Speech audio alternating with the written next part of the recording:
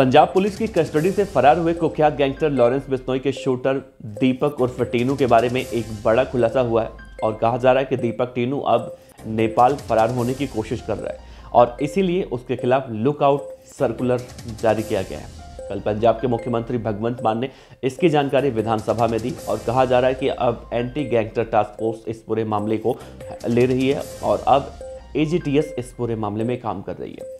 दूसरी बड़ी खबर इसी मामले में देखने को मिली कि जब कल पंजाब के उस आरोपी पुलिस वाले को कोर्ट में पेश किया जा रहा था तो उसके हाथों में हथकड़ी नहीं थी जो आमतौर पर सभी आरोपियों के हाथों में देखने को मिलती हैं। वो प्रीतपाल सिंह के हाथों में नहीं थी। उसके चेहरे पर ना तो डर था और ना ही निराशा थी, ना ही कोई पछतावा था, बल्कि वो तो मुस्कुरा रहा था।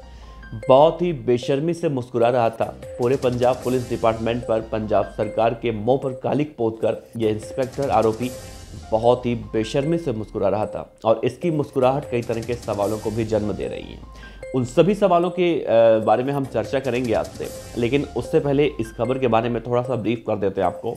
तो इस खबर में अपडेट यही सामने आई है कि दीपक टीनू जहां नेपाल फरार होने की कोशिश कर रहा है इस मामले में, वहीं उसके खिलाफ लुकआउट सर्कुलर नोटिस जारी किया गया है। आरोपी सब इंस्पेक्टर प्रीतपाल सिंह को 4 दिनों की कस्टडी में पुलिस को सौंपा गया है। इन 4 दिनों की कस्टडी में अब पुलिस उससे सारे राज उगलवाएगी कि आखिर वो एक गैंगस्टर की मदद क्यों कर रहा था, एक गैंगस्टर की गर्लफ्रेंड को उससे मिलवा क्यों रहा था, उस गैंगस्टर को अपने घर पर ले जाकर उसकी खातिरदारी क्यों कर रहा था। इन सभी सवालों के जवाब अब पुलिस उसे तलाशने की कोशिश करेगी। दूसरी तरफ दीपक टीनू के बारे में एक बड़ी जानकारी निकलकर सामने आ रही है कि जिस गोविंदवाल जेल से इसे प्रोडक्शन वारंट पर आरोपी सब इंस्पेक्टर प्रीतपाल सिंह लेकर आया था, उसी जेल के अंदर आज से 2 महीने पहले इसके पास 2 मोबाइल फोन मिले थे और कहा तो यही जा रहा है कि इसी मोबाइल फोन से वो आगे के भागने के प्लान को अंजाम दिया करता था। तो इससे एक बड़ा सवाल उठता है कि आखिर इसके पास जेल में मोबाइल फोन कहां से आया? क्या ये सब कुछ रणनीति के तहत किया गया था? आरोपी सब इंस्पेक्टर प्रीतपाल सिंह बिना किसी अपने अधिकारियों को सूचना दिए हुए उसको रिमांड पर लेकर क्यों आता है और क्यों उसके हाथों में बिना हथकड़ी डाले एक प्राइवेट कार में उसे पूरे पंजाब की सैर करवाता है और उसे एक वीआईपी गेस्ट हाउस में रुकवाता है। उसकी गर्लफ्रेंड वहाँ पर होती है, वहाँ वो खूब मौज मस्ती भी करते हैं और दूसरे कमरे में आरोपी सब इंस्पेक्टर प्रीतपाल सिंह भी मौजूद होता है। तो ये सब जो कहानी निकल कर सामने आई है इस केस में, वो कहीं ना कहीं पंजाब पुलिस के साख पर बट्टा तो लगा रही है, लेकिन आरोपी जो इंस्पेक्टर है प्रीतपाल सिंह, उससे इन सब बातों से कोई फर्क नहीं पड़ता। वो ठीक वैसे ही मुस्कुरा रहा है जैसे पहले मुस्कुराया करता था। यानी कि जब वो एक सब इंस्पेक्टर था, अपनी वर्दी का रौब जमा कर कहीं ना कहीं बाजार में जैसे निकलता था, ठीक वैसे ही रौब जमाता हुआ वो पुलिस के कस्टडी में भी निकल रहा है। तो इन सब बातों को लेकर सवाल क्या उठ रहे हैं? वो सवाल इसलिए उठाए जा रहे हैं, दरअसल पहले तो आरोपी के चेहरे पर कोई शिकन नहीं है और लोग कह रहे हैं कि पूरे पंजाब पुलिस डिपार्टमेंट को जलील करने के बाद ये आरोपी सब इंस्पेक्टर यूं हंस रहा है।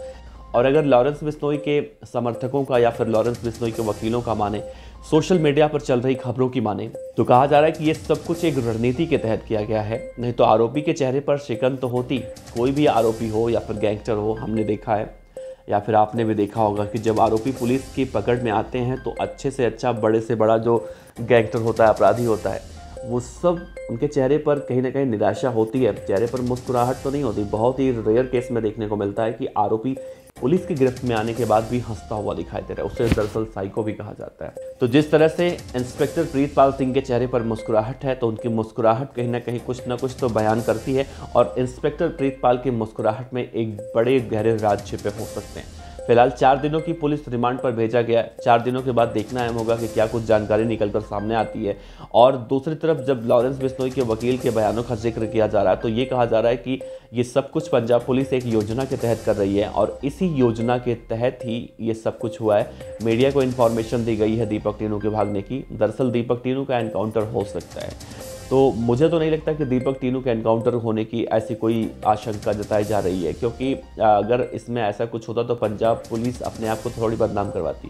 खैर देखना अहम होगा कि दीपक टीनू कब तक पकड़ा जाता है। नेपाल भागने के जो उसके आसार बताए जा रहे हैं तो उसके खिलाफ लुकआउट सर्कुलर नोटिस जारी कर दिया गया है, लेकिन वो पकड़ा कब जाता है ये एक बहुत बड़ा सवाल होगा। उसकी गर्लफ्रेंड कौन थी, उसकी गर्लफ्रेंड के नाम तक के बारे में अभी कुछ खुलासा नहीं हुआ।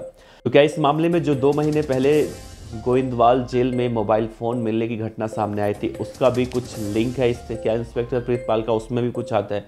एक एक बातें, एक एक कड़ियाँ खुलकर अब धीरे धीरे सामने आ रही हैं। अब उम्मीद है, इंतज़ार है उस वक्त का जब 4 दिन के बाद पूछताछ के बाद काफ़ी कुछ चीज़ें इस मामले में साफ हो जाएंगी। तो इस खबर में बस थोड़ी सी अपडेट थी, और बाकी अन्य अपडेट के लिए आप बने रहिए BDF न्यूज़ के साथ। आपका बहुत बहुत शुक्रिया। देखते रहिए BDF न्यूज़।